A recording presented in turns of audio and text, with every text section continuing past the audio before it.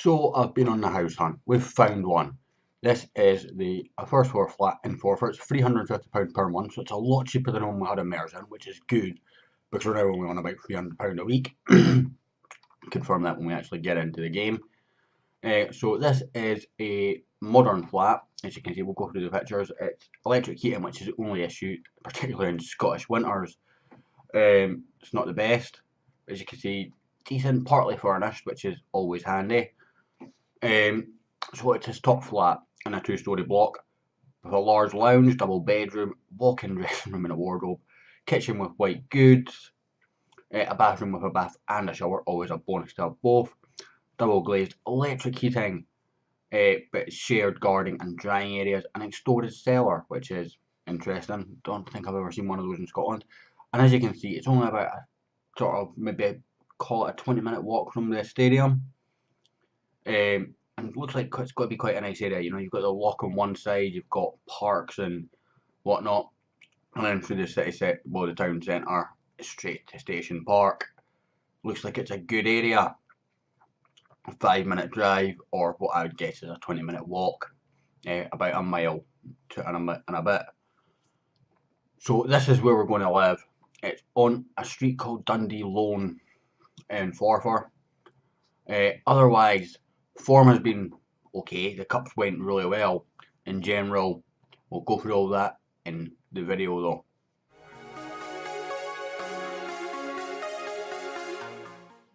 Hello my friends and welcome to episode 9 of The Wanderer. We're with Forfar now. Obviously the last episode was our first game with Forfar. We took on St Johnstone in the cup and we won. I'm just going to make one last change to the team for this game. We won surprisingly 1-0 through a Scott McKellar debut goal from a corner kick. We then beat Clyde 1-0. I was hoping for a bit more than this, but Jordan Critchley scored for us to get us a win there. And then we beat East Kilbride 2-0. Now at this point, I was having an issue with the game. Basically, if I clicked a button like this, the menu wouldn't load up. If I clicked say East Kilbride here, it would go to my news notifications. Whatever was going wrong was going wrong. So and then when I went in the game, I had to get my assistant to do the team talks. I had to couldn't make any substitutions. Eventually, I managed to force the game to save before we played St Mirren, reset it, and it was all good. But unfortunately, it meant that we were playing pretty much a backup team against St Mirren, and we lost 3-0. St Mirren, obviously, the division above us, would have expected to have lost anyway. But you know, it'd have been nice to have at least gave them a shot full strength. But there was a number of players not in the team that would usually wouldn't be there. So we go to stages and we go to Group G. As you see, extremely unlucky to go out. The rules of this cup goes by head to head, then goal difference.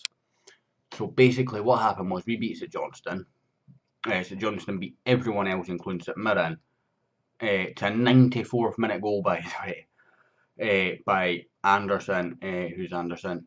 Joe Anderson, the young regen, looks absolutely insane by the way, this kid.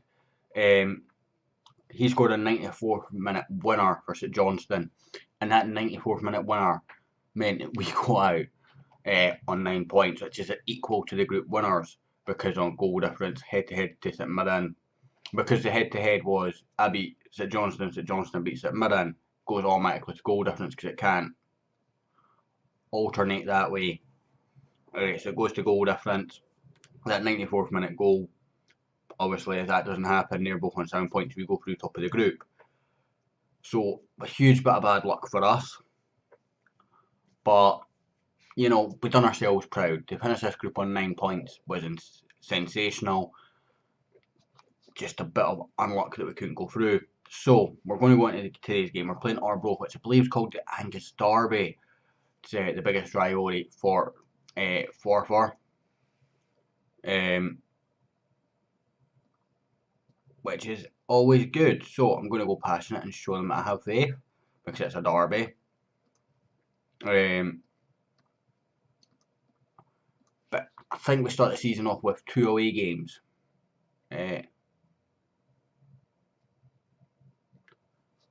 Just nice, easy. I don't normally do tunnel press conferences, but we'll do them just now.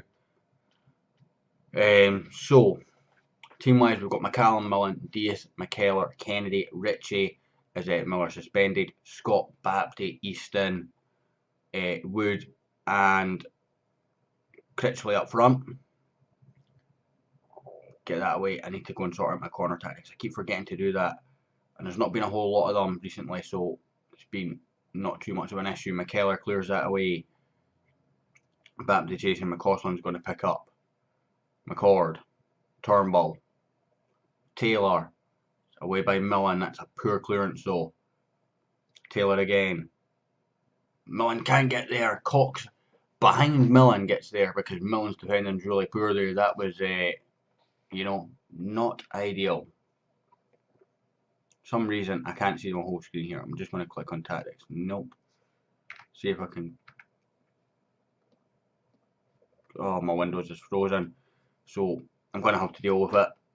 I hope I'm able to make changes because Windows has decided to bring itself to the front, and you guys won't see that as we've won the tackle here with Kennedy.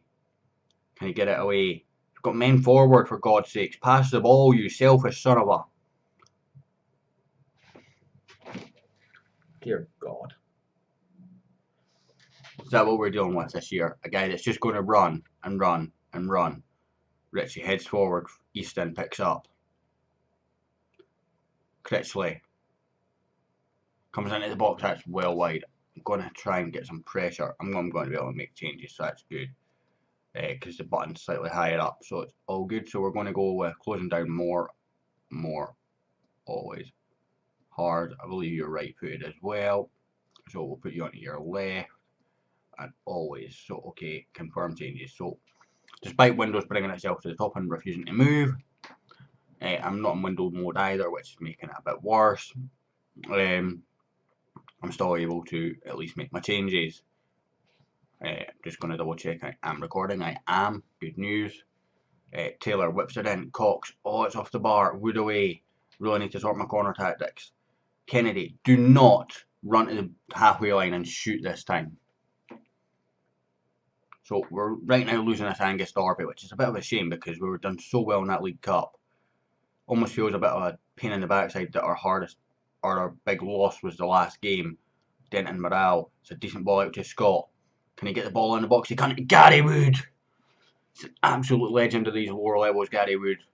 Used to be, if you could get him and Chris Templeton in the same team, it would cost you about £90 each for the two strikers. And they're absolutely sensational together. You would win easily League 2 and usually quite comfortably League 1, depending on the way you had the rest of your team set out. So really glad that we've got him in. He's not as good as what he used to be on FM, but still, Critchley heads that down for Ritchie. Ritchie brings it away, back to Dees. Easton plays it out to Scott. Good ball in, finds Critchley. He's taking it too far. His shot though is pushed in by the keeper Sinclair Hutton.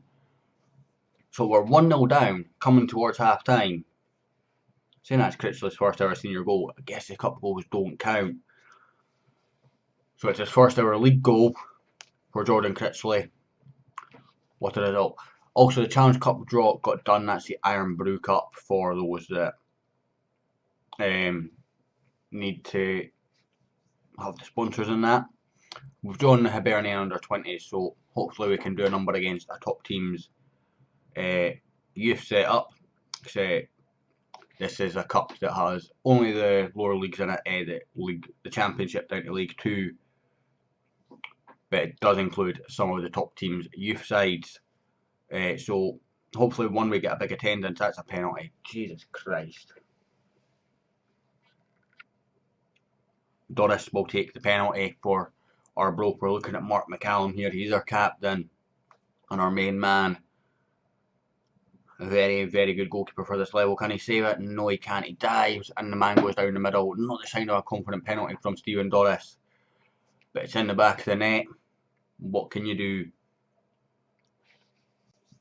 Changes wise, we're going to bring off Ritchie and I'm going to bring on my new signing, McInnes. I need to actually go through signings if you nearly forgot about that. I'm retraining him as a deep line playmaker in the DM role. He's got all the stats for it. He's already very adept to doing it in central midfield. I think if we can get him into being a defensive midfielder doing it, we've got an absolute bargain. Sinclair Hutton with the ball. Why is nobody closing them down? Pettigrew, Hamilton, Turnbull. Over the top to Cox. Our right back just backs completely off, but nobody in the middle. Mark McCallum will pick up. Throws it out to Kennedy. Back to McKellar. It's a good searching ball, but again, nobody really chasing it down. Gary Wood having to do a bit of running here, but he does close down the goalkeeper this time. Goalkeeper clears it. McCord wins it in the air though, and Doris is through again. He's hit the post, but our right back is having an absolute shocker here. And I don't know if I've got anyone on the bench that can come on and help him out, because he's cost us 2 goals now by tripping up and just ignoring the ball. Wood kicks up to Critchley. Clickless to Dees. It's a poor ball from Dees. But it's come back to us again, intercepted by McCord. Taylor goes round his man like he's not even there. We've conceded straight from kickoff. What the is going on? Why is this not working? There we go. Why is nobody sticking in a tackle? The one thing I've got set to do is get stuck in. Hold up, ball less. We're going to close down more. Close down more. Really frustrated with the fact that our players are just literally just getting walked past and are not putting in a challenge. And other players are backing up. We're going to bring on Simon Ferry for Easton. Can I do that, please? Thank you. Ferry now with the free kick. Whipped into Baptiste. Sinclair Hutton saves. Should be doing a bit better there. Free header from 6 yards out. Got to make the keeper work a bit more than that, Baptiste. McInnes. Whips it in towards Scott. It's cleared away. Doris. Smith. Scott, how many men on the overlap here? Mackie not paying attention, but eventually does go for it. Scott cleared over to Gary Wood. Cleared away as Gary Wood just doesn't hold off his man. Once forward again, Gary Wood losing out in the air. And if it's McInnes this time that's not paying attention, not Richie, because I brought Richie off for him. But if he was paying attention when he had the ball a lot higher up the pitch and on the attacking foot. McCallum plays it forward for Jordan Critchley. That's a decent effort just over the bar. They made their last sub as well now. Really should have been winning this game. Our defence have had an absolutely shocking display. Particularly from big players like Kennedy and Mullen. Guys who I expected to come in this season and be extremely good. But they've been given an absolute runaround by Arbroath here. They haven't shown up. It's disappointing to say that. Gary Wood plays it across to Baptiste. Critchley. It's all over though, just as we're on the attack. Oh no, it's not all over. It will be in a second. It is now. Never thought I'd get to say that on a YouTube video. That was absolutely shocking, and there's going to be fines dished out for Kennedy and Mullen. 5.1 here from Kennedy. That's droppable in my opinion. I know we're away to Arbroath, who are a good team in this division, but it's our local rivals. We've got a good team that beats at Johnston a couple of games ago. We're winning 2-1 at half time, and the team's just capitulated. Kennedy in particular, that first half where from the corner he just runs to the halfway line when he had guys ahead of him and then shoots from the halfway line. Just not acceptable in my eyes. We're going to go to schedule. Let's go back to Arbroath. Michael Kennedy, disciplined player for poor performance, 2 weeks wages.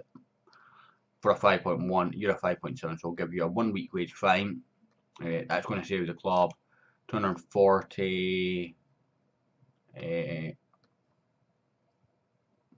Yeah, about £335.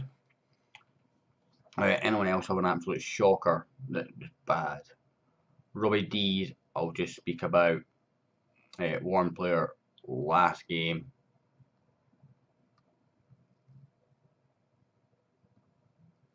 And he didn't like me telling him off. Nobody else was that bad.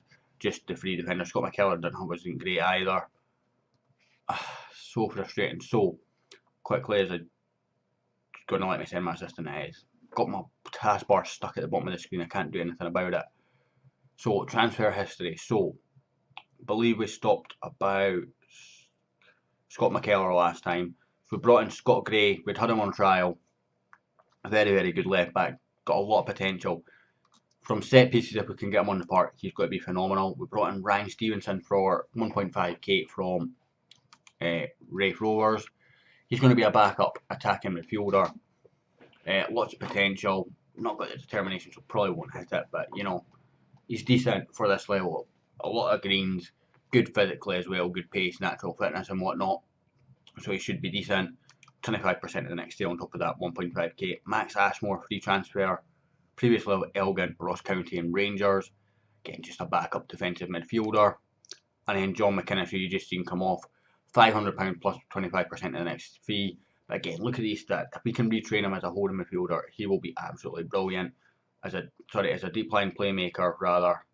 And this further back, you know, he's got all the stats, the work rate, the vision, the teamwork, aggression as well, which I like in a holding midfielder, is 18. And he's not too bad physically. He's not the best, not too bad, but 6 foot as well, always handy. And with 13 jumping reach, he's definitely going to win some headers. Only 16 years old, former Dumbarton man. Anyway, guys, we will be back in the next episode, which will probably be. Kind of want to go for the Hibs game, but I feel like that would be clickbait. So we're going to go for Raith Rovers for the next game. It is at home. As you see, we start off with 2 away games and then have 3 home games, including the cup game. So we'll be back for the Raith Rovers in the next episode. I'll hopefully catch you then. Thank you very much for watching. If you liked, hit the like button. And if you enjoyed the series, hit the subscribe button. I'll hopefully catch you all next time.